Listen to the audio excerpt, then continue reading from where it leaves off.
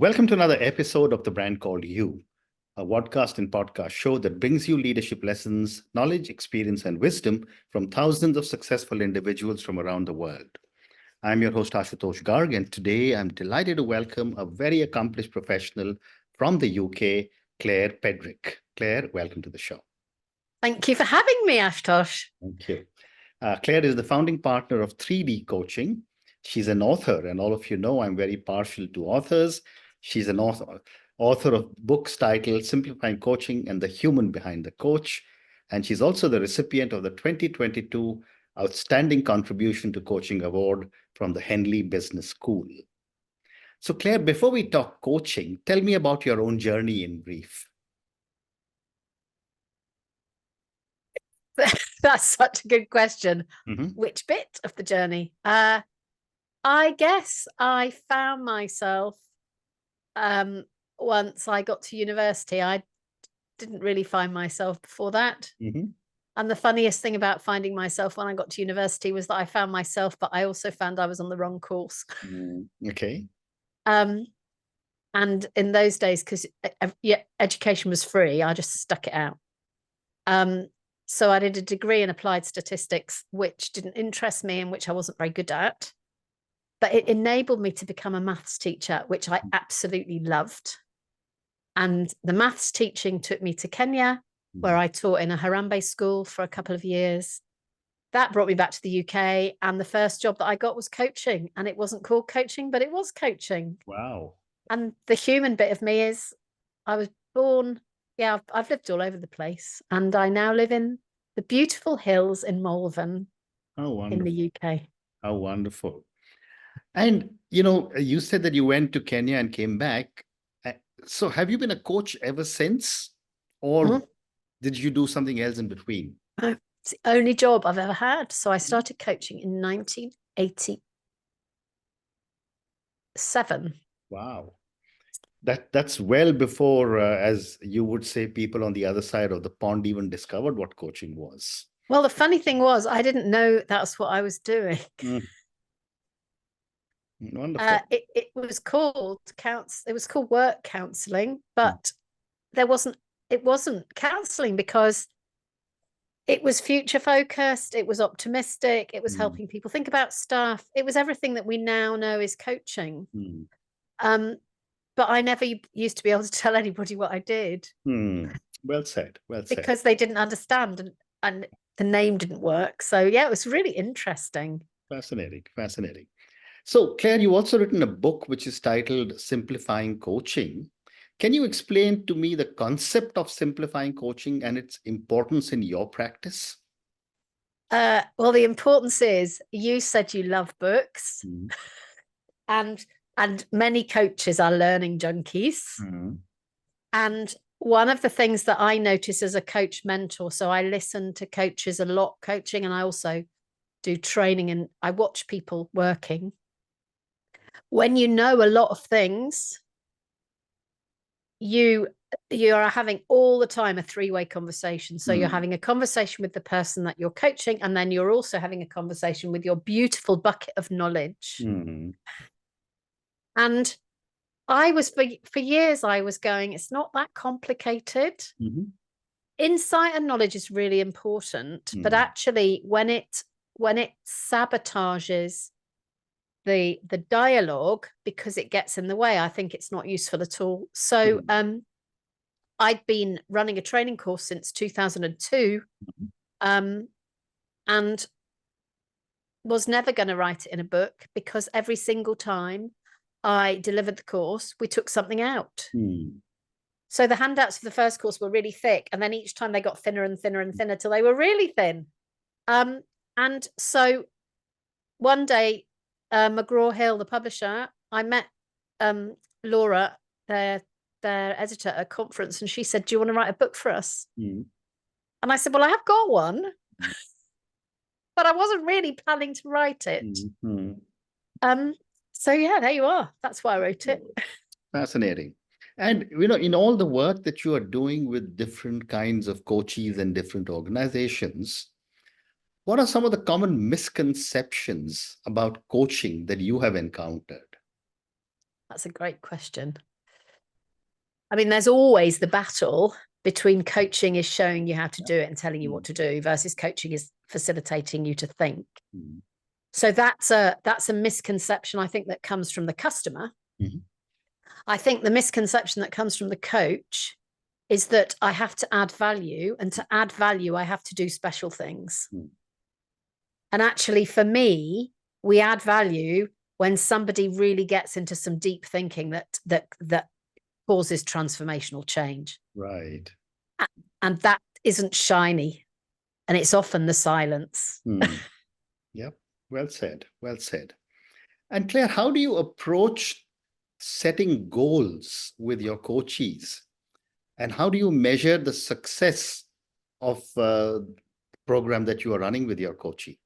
Oh, that's such a good thing. So a lot of the work I do is single session coaching, and the goal and is some kind of shift. And the goal is never the goal, is it? The work is never the work. Yep. So for me, the most important thing is that we set a future focused and optimistic direction, and that they're moving in that direction. And I think the measure is often coming from what we see rather than what we hear. So I was running a training course yesterday or the day before, and I was watching some people working, and she's going like this, and it's all very difficult and slow. And suddenly, not a lot of words changed, but the sound of the conversation was light, and the person was smiling. And what was really clear was that something had changed. And, if something changes, then something else changes, and then something else changes. So for me, it's about really being future focused and optimistic and supporting people to move forward. So I don't know, Mr. Love's books. I don't know if you've read The Progress Principle by Teresa Amabile and Kramer. No, I haven't. Don't put it on your list. Well, I mean, you can if you like, but it's one of those books which has one really, really important point. And the important point in that book is that any progress is progress. So if people begin to move, they'll continue to move. So that's kind of my philosophy, because I think how people will know things are changing and how they feel as things are changing is much deeper change than a thing I've got on my list that I'm not going to do. Well said. Well said. And when I was preparing my conversation to prepare for my conversation with you, there's an interesting phrase of systemic thinking that I picked up in what you had sent to me. So my question is, how do you integrate systemic thinking into your coaching practice? That's a good question. So we're never doing one-to-one coaching, because even when I'm in a dialogue with you, I love the fact you've got the world behind you, because you're you in your family, in your workplace, in the world. I'm me in my family, in my workplace, in the world, with the people that I work with. So there are always other people in the conversation. So actually, I do it in a really simple way, because I can't deal with too much complexity. So for me, I notice with the person I'm in dialogue with, who else is in the room. So and what do we need to be paying attention to? And how do we acknowledge the system, the other things that are going on, at the same time as really making sure that we're doing the work that we need to do?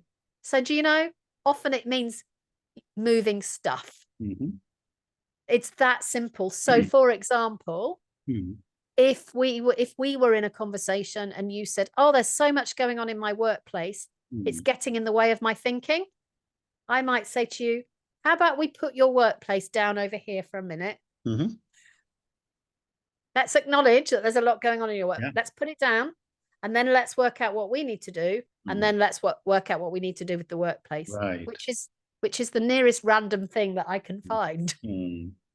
Because that enables us to recognize that everything is in connection without getting lost in it. And I do absolutely so love the fact the world's behind you. But if we got lost in talking about the places that we can see on the map behind you, we wouldn't do the work we need to do. Sure. And we need to acknowledge that the world is here and that we are in the world. Great response. Thank you. My next question is that, and I've always seen when I coach, there is always some kind of a resistance that one tends to face with some of the coachees. How do you handle challenging situations? Nobody's ever asked me that before. I so have an answer. So it's like an unexploded bomb, isn't it? Especially if the resistance comes at the beginning. Yeah. The person who says to you, you say, what would you like to think about today? And they say, I've been thinking about it for 100 years and coaching has never worked before. I name it straight away, because if I make it my responsibility, then I will be doing all sorts of strange things to try and get us in partnership. So I'll just say, what do we need to do differently today so that doesn't happen? When I did my one of my credentialing exams, I had to phone a coach in the States and do a live coaching call. And this person said to me, when I said, what would you like to think about? They said, I've been thinking about this for 30 years and never moved it forward. And I'm thinking, this is my coach. This is my coaching exam. Right.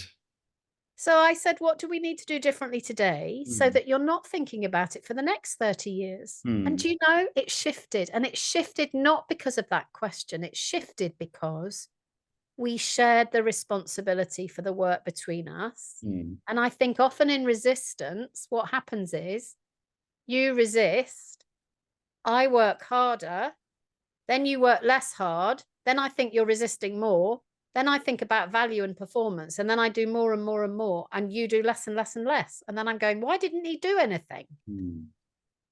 So getting that balance right, I think, for me, needs to happen right in the very first minute. And also I'll say to people, you don't have to be here, If you don't want to do this work, you don't have to be here. Well said. And my next question is, you also use a term, which is effective coaching. How do you define effective coaching? And what is the difference between any other form of coaching and effective coaching? I didn't know that I used that word. But I think coaching is effective when somebody when somebody feels heard, and when they get new insights into their own stuff that is going to move them forward. That's when it's effective, because it's doing something. Right. No, I don't mean that. It's having some kind of impact. Whereas there are lots of kinds of coaching that are about what the coaching looks like, but they're intended to have an impact. But sometimes I think the profession can get lost in the beauty of this. I've got a Zoom written here because we're on Zoom. You decide to call it Zoomability coaching, and then everybody wants to do Zoomability coaching. By the way, listeners, I made that up. And then everybody's trying to do that, but actually then it all looks like that. But for me, coaching is effective if it moves somebody forward in their thinking. Well, and it doesn't need to look beautiful. Well said. You also talk about the concept of true partnership in coaching. Yeah. Help me understand the meaning of true partnership between a coach and a coachee. And what should a coachee expect out of this partnership? So we're two people working together, and one of us isn't more special than the other. We're two people having a conversation right now, and neither of us is more special than the other. We have an equality in the way that we're having a dialogue. Absolutely. Yeah. So I actually don't even like the word coachee. I like the word person. Because I'm a person having a conversation with you. So I think I think what the people we coach need to expect is they need to expect to come and do some work. Right. So when I'm training coaches or people using coaching at work, one of the things I often say to them is, please stop using the word coaching in the conversations that you're having with these people, because they don't know what it is. Or they think they know what it is and it's not what you think it is. And you just get yourself into all sorts of mess. But actually, if you say to somebody, what's your question today? And what's the work you'd like to do today? Then they get what coaching is. And then we're in partnership, because then we're doing the work together. So what I think is really important is that all I'm doing as a coach is I'm facilitating somebody else to do some good thinking. But when I'm doing all the work, I'm not facilitating you to do any thinking. It's like I'm doing a little performance and you're going, oh, look, she's really good.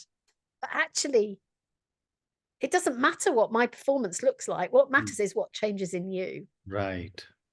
And I think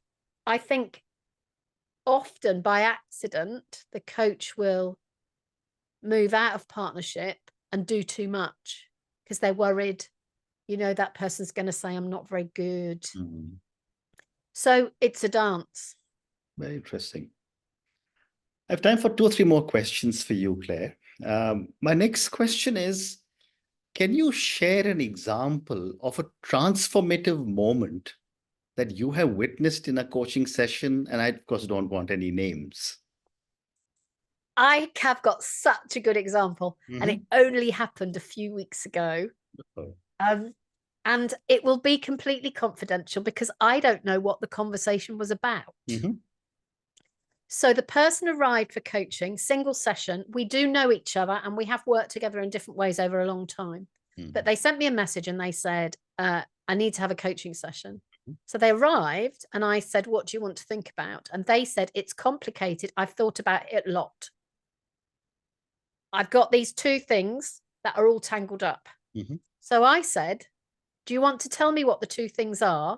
Or shall we just do some work without? Because you don't need to tell me if you don't want to. And they said, I don't want to tell you because it's going to get in the way, because that's what's in the way. I said, that's fine. So the whole work was about disentangling these 2 things that I don't know about. Right. And we were standing up. We were working online. We were standing up. We were moving around the room. I was moving around this room. They were moving around that room. They were still. I was moving. I was still. They were moving. And really big things moved. You could see the insight in their body. And at the end of the hour, I thought to myself, I probably only use 60 or 100 words today. Wow. And they did all the work. And at the end, they went, I am so clear. I do now know what the thing was, but because they chose to tell me. But the thing that was extraordinary about the transformation is that it's my best example. It's lovely that it's recent. I think it's my best. Well, it's the way I can remember. What a great example. Thank you. Thank you. But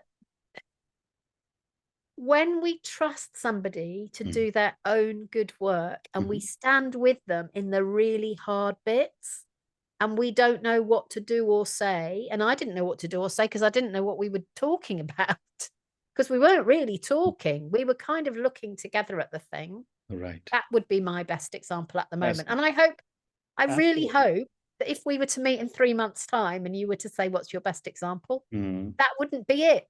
Absolutely. I agree. It's very dynamic when you are a coach. Yeah. Because you're meeting such amazing people. Yeah. I agree. Yeah. So time for 2 more questions. My next question is about your book, The Human Behind the Coach. And I can see the book over your right shoulder. What is the key message that you want readers to take away from your book, The Human Behind the Coach? The key message is it's not all about the tools. Great coaching is not about more stuff. It's about being able to be courageous, being able to sit with not knowing, really, really people feeling that we're really okay with all of this. And I wrote it with Lucia Baldelli because I was mentoring her, and I said, I think the work we're doing would make a great book. Although the book we ended up writing isn't the book we started writing, but that's a different story. But for me, when I wrote Simplifying Coaching, quite a number of coaches were talking to me and saying, we really think this is the way to go, but we can't do it. And so there's a chapter on humility, because actually we need to be the smallest person in the room, says she, endlessly talking about herself on your podcast. But in a coaching conversation, we need, I'm in touch with a company that train people using my kind of this philosophy, really. And one of the delegates on their course said recently, I understand what coaching is. Coaching is going from hero to zero. So when we want to be the hero, it doesn't work. So that's what the book's for, really. The book is to enable. So there's a chapter on humility. So the first half of the book is about what needs to change inside us. And the second half of the book is, what does that look like and sound like in the coaching space? Very interesting. Thank you. Claire, my last question to you. We've got a very large number of people who listen to our conversation. Over 150,000 people listen to us every day. A lot of them are very young people. So my question to you is, what is one piece of advice you would like to give to our viewers and listeners who are considering coaching as a tool for personal or professional growth? Don't learn too much. Keep it simple. Yeah. Because doing less means that the person that you're working with does more. Right. And really see it as a partnership. My mother, in fact, my mother died. She died from COVID, actually. But she used to say, when I was a child, visitors first. You may have that in your family system. You know, she'd say, so if people came around to eat, visitors first. And I want to say to anybody who's coaching, especially if you're just starting out and you're young, because this is the moment to form some really amazing habits. It doesn't have to be complicated, and let the other person go first, because they have their own wisdom and they know. You just need to support them to work out how to think this thing through. So don't do too much. Yeah, thank you. And on that note, and your amazing lesson, don't learn too much, keep it simple. Thank you, Claire, for speaking to me about your own journey. Thank you for speaking to me about so many different aspects of coaching. I love the different perspectives you gave me on simplifying coaching, on true partnership, and also what you talked to me about your book, The Human Behind the Coach. Thank you for speaking to me, and good luck to you. Well, thank you for having me. Thank you. Thank you for listening to the Brand Called You videocast and podcast, a platform that brings you knowledge, experience, and wisdom of hundreds of successful individuals from around the world. Do visit our website, www.tbcy.in, to watch and listen to the stories of many more individuals. You can also follow us on YouTube, Facebook, Instagram, and Twitter. Just search for The Brand Called You.